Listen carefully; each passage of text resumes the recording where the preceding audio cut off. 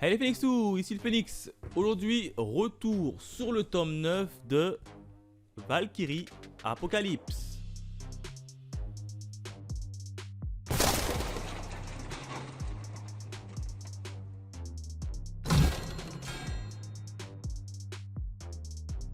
Comme d'habitude, on démarre avec la présentation de la jaquette. Jaquette qui est plutôt belle, puisqu'on a qui? On a Raiden qui tape un peu la petite pose des sumo adorés. Et ça, c'est plutôt chouette. Quatrième de couverture, pas grand chose si ce n'est le résumé et quelques petites images du manga. En termes de bonus, on a uniquement une petite page en couleur sur la première page où on peut retrouver le fameux Shiva qui tape également la pose. Donc voilà en termes de bonus et maintenant on démarre directement à la partie review. Alors qu'est-ce qui s'est passé au niveau du tome 9 de Valkyrie Apocalypse? Et bien principalement 3 événements. Premier événement, j'ai envie de l'intituler les papis sauveurs. Et oui, puisqu'on s'était arrêté du côté des vestiaires où on avait une petite tension avec d'un côté on avait Loki et puis les 7 dieux du bonheur qui allaient s'affronter avec contre Bouddha et Sasaki, plus 2 membres du Shisengumi. Donc c'était du 8 contre 4. Ça partait en cacahuète et ça commençait à partir en cacahuète puisque on a l'un des 7 dieux du bonheur qui a ouvert le feu en tirant sur Bouddha, un Bouddha qui esquive assez facilement les balles. Et Bouddha d'ailleurs il a une petite classe quand même, une super petite classe, il est assez stylé moi je trouve. Il esquive assez facilement la petite balle qu'il allait recevoir. Et puis là, le combat allait commencer puisque Loki s'apprêtait à également foncer sur Bouddha. Et puis tu as les 2 papis, tu as Odin et Zeus qui font leur apparition et qui stoppent la petite bagarre dans les vestiaires. Il leur dit stop, ça suffit, qu'est-ce que vous foutez, arrêtez de vous battre. Et puis là t'as tout le monde qui les regarde, qui dit non, on s'en fout de vous, on va continuer. Puis là t'as une espèce de coup de pression de Odin et de Zeus en même temps qui est un peu, on va dire qui surlève un peu leur mana, du style il dit si tu m'écoutes pas je te tue ici tout de suite. Puis évidemment tout le monde a pris peur et puis ils se sont calmés et ils se sont séparés et chacun est rentré dans leur camp. Donc là tu as les papis sauveurs qui stoppent la petite bagarre qui avait débuté dans les vestiaires. Le deuxième événement, j'ai envie de l'intituler Alerte rouge chez Shiva. Et oui, puisque le combat fait toujours rage avec d'un côté Shiva qui est opposé à Raiden. Et c'est Raiden qui est en train de le martyriser. Shiva est totalement en difficulté. C'est assez surprenant parce que quand tu vois Shiva comme ça, il avait une grande gueule. Il était là, il aimait bien parler. Et une fois qu'il est dans l'arène de combat, il se passe plus grand chose. Comme quoi, ce sont toujours ceux qui gueulent le plus qui sont en fait tout pourris en combat. Et Shiva est totalement dépassé par la puissance et l'agilité de Raiden. Du coup Shiva il essaye de le surprendre en assénant un espèce d'uppercut.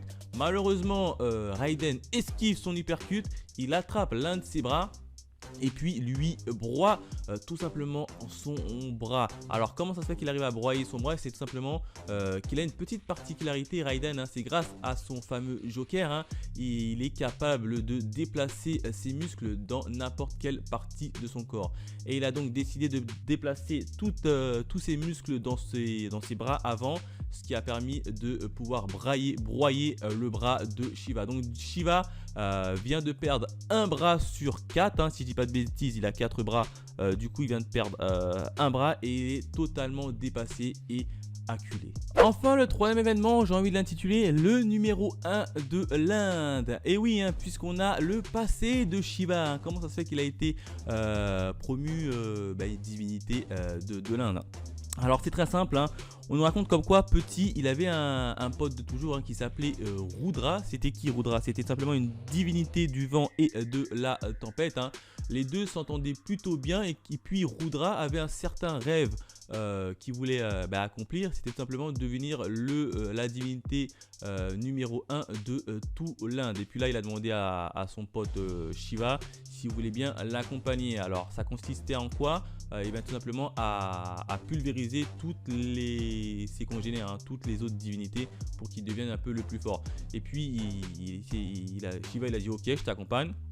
À eux deux, ils arrivaient à gravir tous les petits échelons jusqu'au jour où ils avaient quasiment réussi à battre tous les autres adversaires.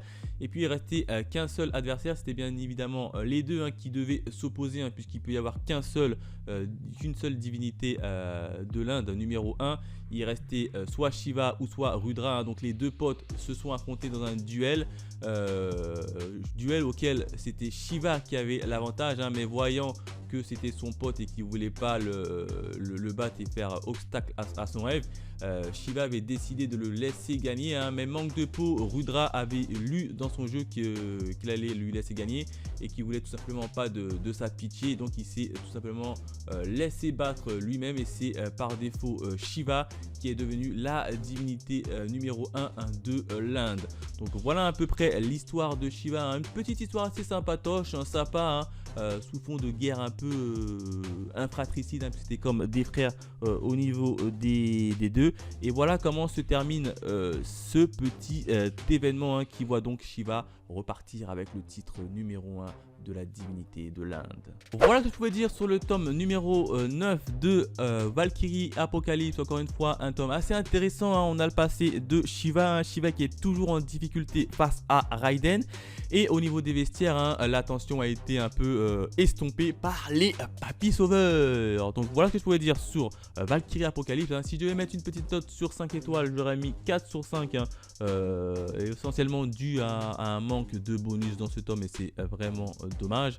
Et puis c'est tout, voilà ce que je pouvais dire. Donc n'hésitez pas à me laisser votre avis dans les commentaires, à liker si vous avez plutôt aimé la vidéo. Quant à nous, on se retrouve très vite pour de nouvelles aventures. Allez, bye les Phoenixous.